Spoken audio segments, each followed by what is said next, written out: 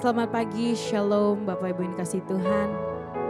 Mari sebelum memulai aktivitas kita hari ini, kita siapkan hati kita, keberadaan kita datang kepada Tuhan. Mari kita berdoa. Terima kasih Tuhan. Hari yang baru, anugerah-Mu terus ada bagi setiap kami. Kami bersyukur Tuhan atas pemeliharaan-Mu sepanjang kami beristirahat hingga hari ini. Hari ini kami mempergunakan hari kami dengan bijaksana Tuhan. Seperti yang Kau ajarkan untuk menghitung hari-hari hingga nanti Engkau datang kembali. Kau boleh dapat di setiap kami setia. Terima kasih Tuhan untuk kesempatan yang Kau berikan. Kami mau serahkan keberadaan kami. Kiranya Roh-Mu menyucikan setiap kami, melayakkan kami, agar apapun yang setiap kami lakukan hari ini boleh menyenangkan hati-Mu Tuhan. Dan terlebih kami rindu menjadi berkat bagi orang-orang di sekitar kami. Dimanapun kami melangkah hari ini, kami mau membawanya bersama-Mu Tuhan. Terima kasih Tuhan Yesus. Inilah penyembahan kami. Inilah hati kami Tuhan. Di dalam nama-Mu kami telah berdoa, mengucap syukur. Amin. Amin.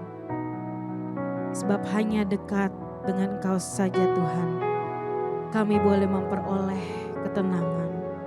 Kami boleh memperoleh damai sejahtera. Terima kasih Tuhan. Mari kita angkat pujian ini. Hanya dekat Allahku, rasa tenang hatiku, Kau sertai jalanku sepanjang hidupku. Hanya dekat dengan Kau Tuhan. Hanya dekat padamu ada kekuatan baru. Kaulah perlindunganku, keselamatanku. Sekali lagi kita angkat pujian ini dari awal. Hanya dekat Allahku, rasa tenang hatiku, Kau sertai jalanku sepanjang hidupku.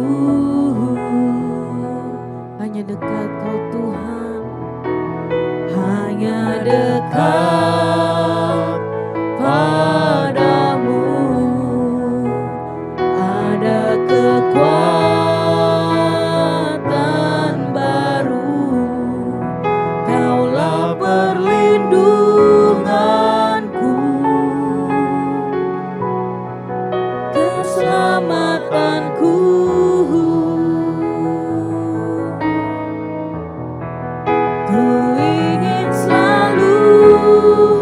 Bersekutu denganmu, menikmati hadiratmu. Biarkan Roh-Mu tinggal dalam hidupku. Sungguh indah bersamamu selamanya.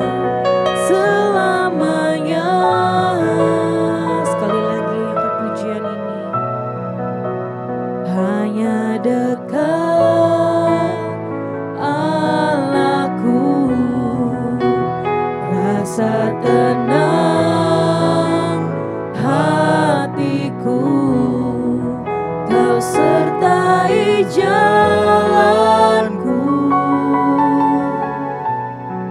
sepanjang hidupku. Kami rindu Tuhan.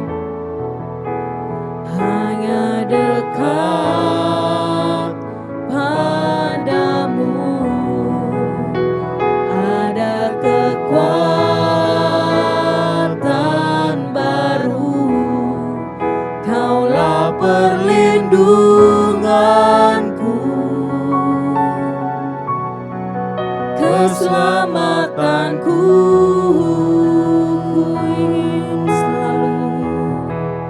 Ku ingin selalu bersekutu denganmu, menikmati hadiratmu.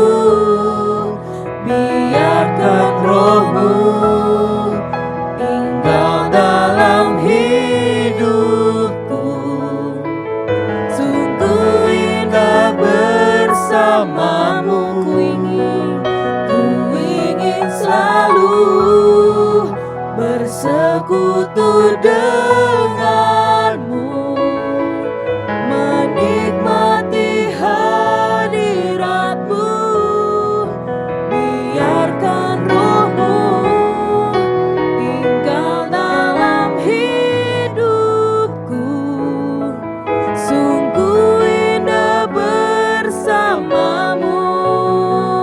Ku ingin selalu bersekutu denganmu, menikmati hadiratmu. Biarkan rohmu tinggal dalam hidupku. Sungguh indah bersamamu Tuhan. Sungguh indah bersamamu. Sungguh indah bersamamu selamanya. Terima kasih. Selamanya kami mau tetap bersamamu Tuhan. Terima kasih Tuhan. Mari Bapak Ibu angkat pujian syukur-Mu. Mari kita mengucap syukur untuk apapun yang boleh terjadi dalam hidup setiap kita. Terima kasih Tuhan. Haleluya. Kami bersyukur Tuhan. Haleluya. Terima kasih Tuhan. Engkau sungguh baik Bapa. Haleluya. Kami bersyukur sebab Kau Allah yang layak ditinggikan. Terima kasih Tuhan. Haleluya. Kami bersyukur.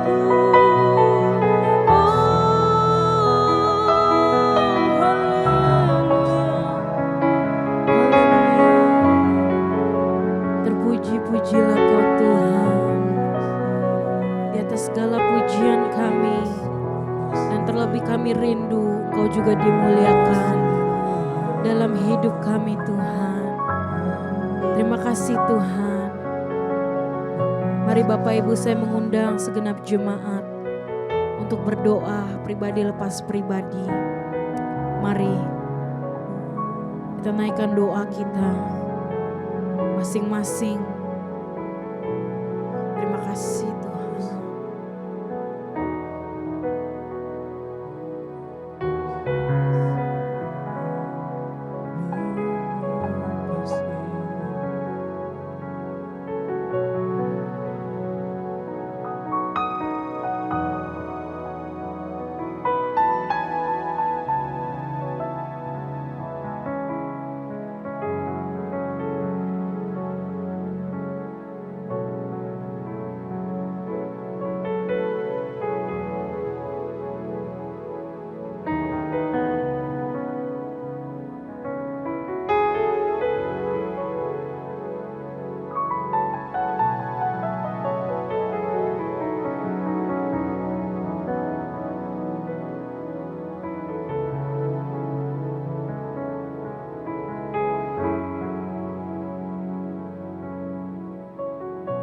Kaulah segalanya Tuhan dalam hidup kami.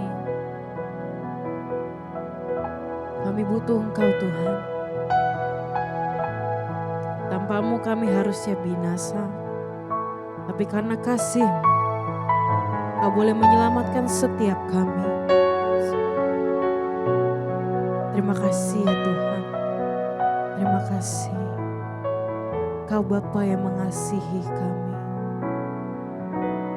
Kau Bapa yang mengasihiku, kuasa-Mu memulihkanku, hati yang baru, hati yang baru Kau berikan untukku dapat melihat rancangan-Mu indah bagiku. Kau ada di setiap jalanku, hatiku haus dan lapar akan Engkau. Kaulah segalanya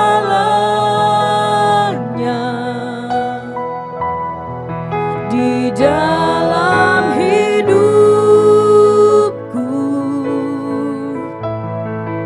Kerajaan-Mu, kebenaran-Mu, itu bagianku.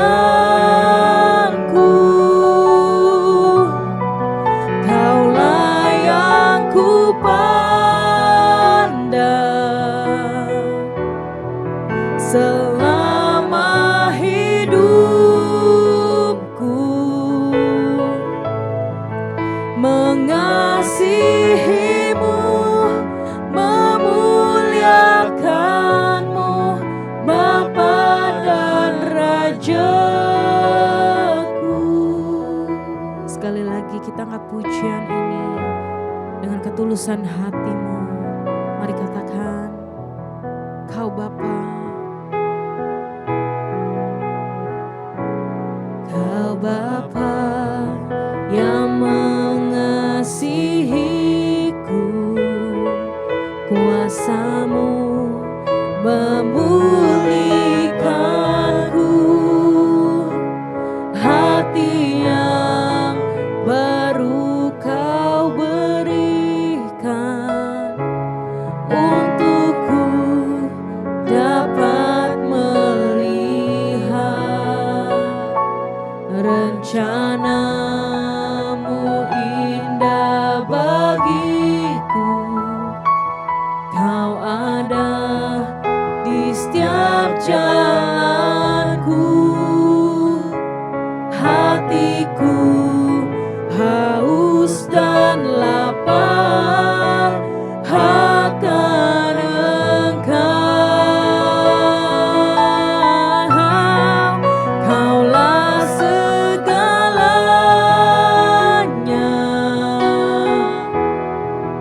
di dalam hidupku.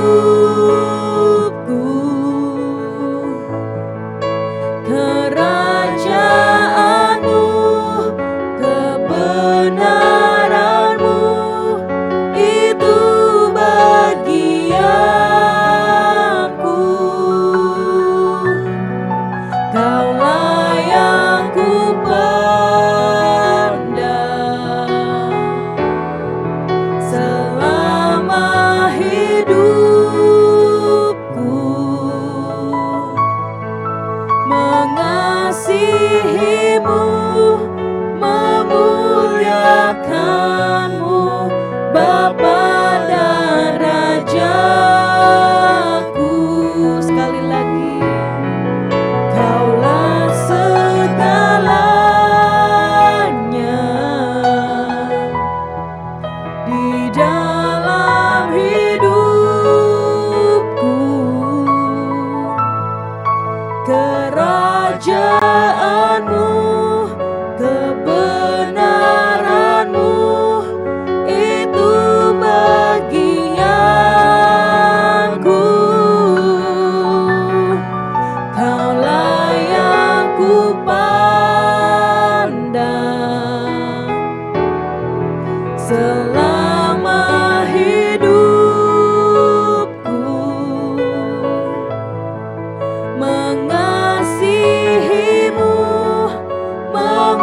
memuliakan-Mu, Bapa dan Rajaku.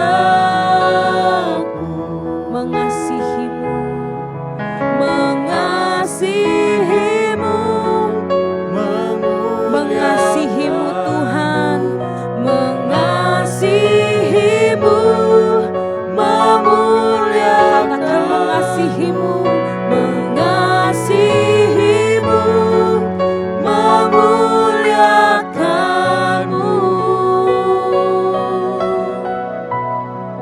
Bapa dan Rajaku.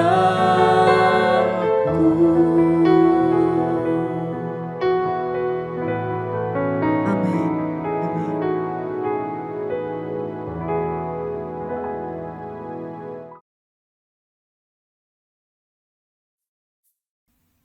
Selamat pagi Bapak Ibu Saudara sekalian. Shalom untuk kita semua.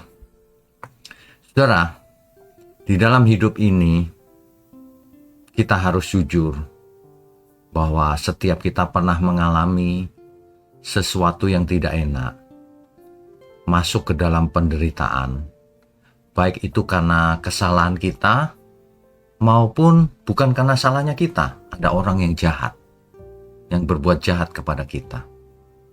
Nah, tetapi hari itu mungkin kita bertanya-tanya, di mana pertolongan Tuhan? Kok tidak datang-datang gitu. Nah, inilah yang akan kita renungkan pagi hari ini, Saudara. Sehingga kita bisa mengerti kebenarannya. Mari kita tundukkan kepala lebih dahulu. Bapa di surga, terima kasih untuk pagi hari ini. Kembali kami datang ke hadirat-Mu untuk mendengarkan pesan-pesan yang dari Tuhan. Berbicaralah melalui mulut hamba-Mu ini Tuhan. Melalui gereja-Mu ini. Sehingga setiap kami tidak melangkah ke arah yang salah. Memiliki pola pikir yang salah. Sehingga kami terjerumus ke dalam berbagai pencobaan. Tolong kami ya Tuhan, agar kami mengerti di pagi hari ini. Terima kasih, hanya dalam nama Tuhan Yesus kami berdoa. Amin. Bapak Ibu Saudara, di dalam hidup ini kita pasti pernah mengalami. Entah itu sakit, entah itu dikhianati oleh orang terdekat kita, atau mengalami bencana alam, kecelakaan, atau diserang oleh orang-orang jahat. Saat itu kita pasti minta pertolongan Tuhan, bukan? Tetapi pertolongan Tuhan kelihatannya tidak instan datangnya. Dan kita mulai bertanya-tanya, Tuhan, please tolonglah kami. Ya. Tapi pertolongan belum datang juga. Apa yang sebenarnya terjadi, Saudara? Kalau Saudara tidak mengerti akan hal ini, Saudara akan mudah putus asa, apatis, tidak percaya Tuhan akhirnya, anggap enteng, ya. Nah, bahkan ada yang berhenti melayani Tuhan karena kecewa. Kita harus mengerti ketika kita berdoa, ya jawaban masa instan seperti ATM? Kan semuanya terserah Tuhan. Disinilah yang membedakan seseorang itu punya iman yang benar atau tidak. Sebab iman yang benar bukan berarti gini, setiap kita berdoa 1 menit kemudian datang jawaban. Ketika kita sakit, minta kesembuhan, langsung sembuh. Selalu seperti itu. Kan gak seperti itu hidup ini. Ya, jadi itu hal yang biasa saja. Ketika kita sakit, berdoa, sembuhnya sehari 2 hari kemudian. Tapi bisa juga sembuh seketika itu juga. Karena keputusan terakhir ada di tangan Tuhan. Bukan terserah kita. Iman itu apa sih, Saudara? Iman itu bukan kita ngotot-ngotot, aku yakin Tuhan, lalu Tuhan nurut sama kita. Bukan, justru iman itu sebaliknya. Penyerahan diri kepada keputusan Tuhan, kehendak Tuhan. Kan begitu. Jadi sebenarnya apa yang terjadi ketika kita mengalami lembah kekelaman, tetapi Tuhan tidak segera tolong. Seolah-olah Tuhan berdiam diri. Saudara, kita berpuasa pun belum tentu Tuhan langsung turun tangan. Kenapa? Karena semuanya itu memang sengaja. Tuhan terkadang memang sengaja menahan diri untuk tidak segera menolong atau tidak segera bertindak. Memang demikian.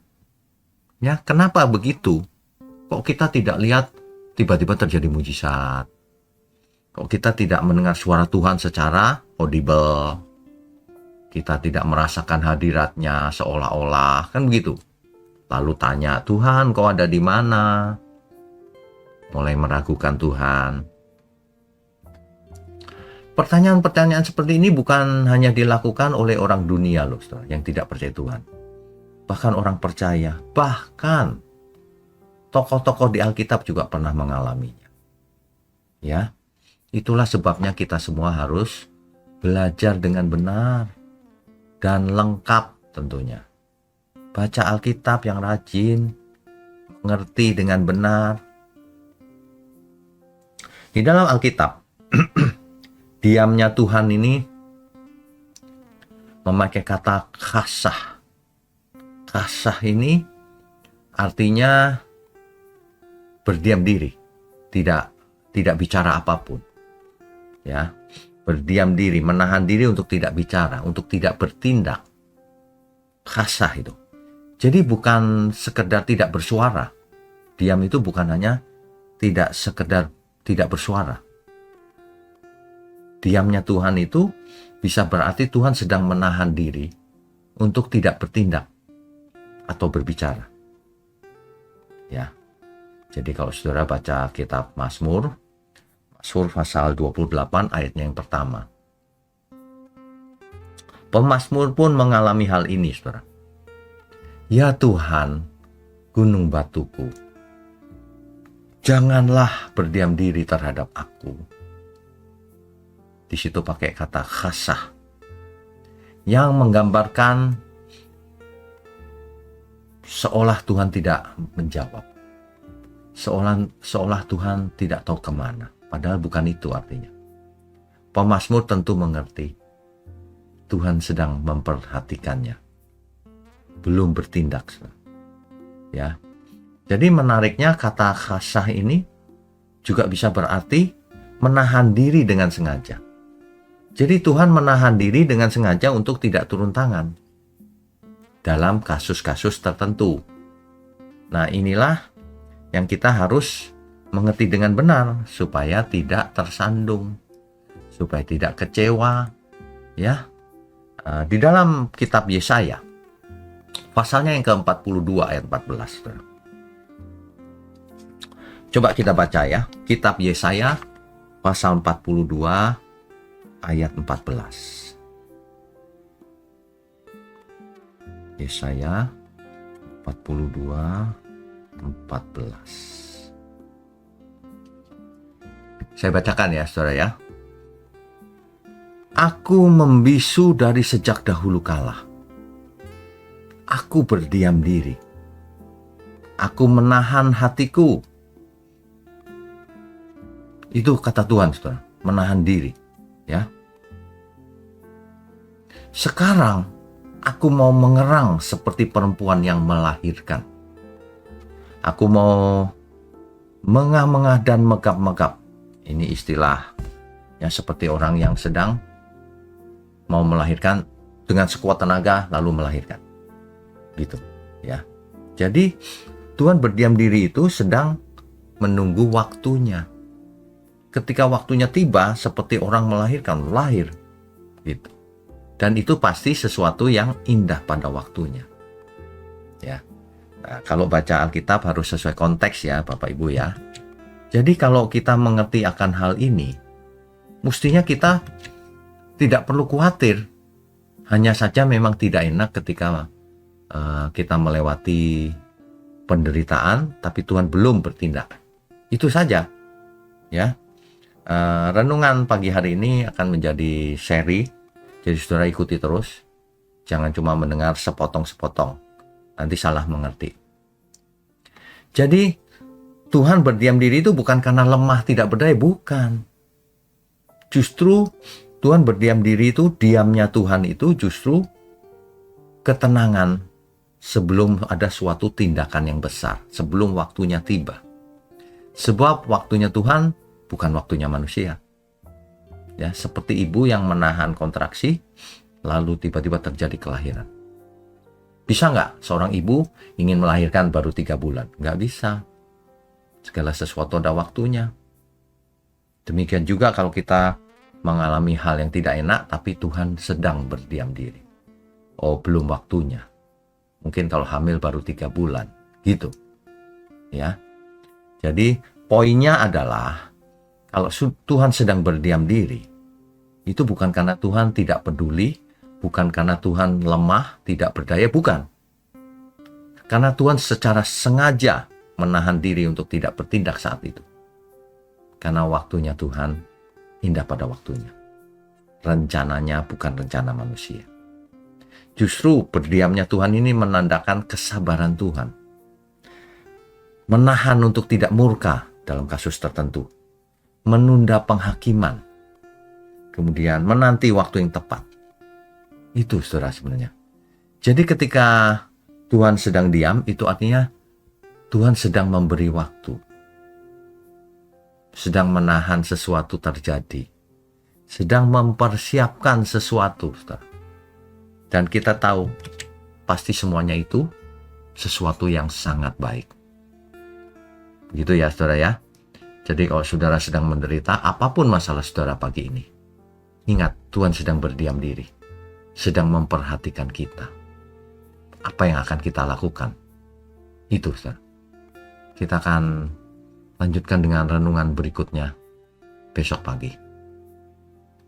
Mari kita tundukkan kepala. Bapa di surga, terima kasih untuk pagi hari ini. Kami dikuatkan dengan adanya Tuhan yang berdiam diri, sedang memperhatikan kita. Terima kasih. Terima kasih untuk GMM, Gereja Mula-Mula. Perlindungan-Mu ada pada gereja-Mu ini Tuhan, pimpinan Tuhan, penyertaan Tuhan. Terima kasih untuk seluruh jemaat Tuhan dimanapun berada, khususnya yang mendukung pekerjaan-Mu ini. Ya, di dalam nama Tuhan Yesus kami berdoa dan mengucap syukur. Amin.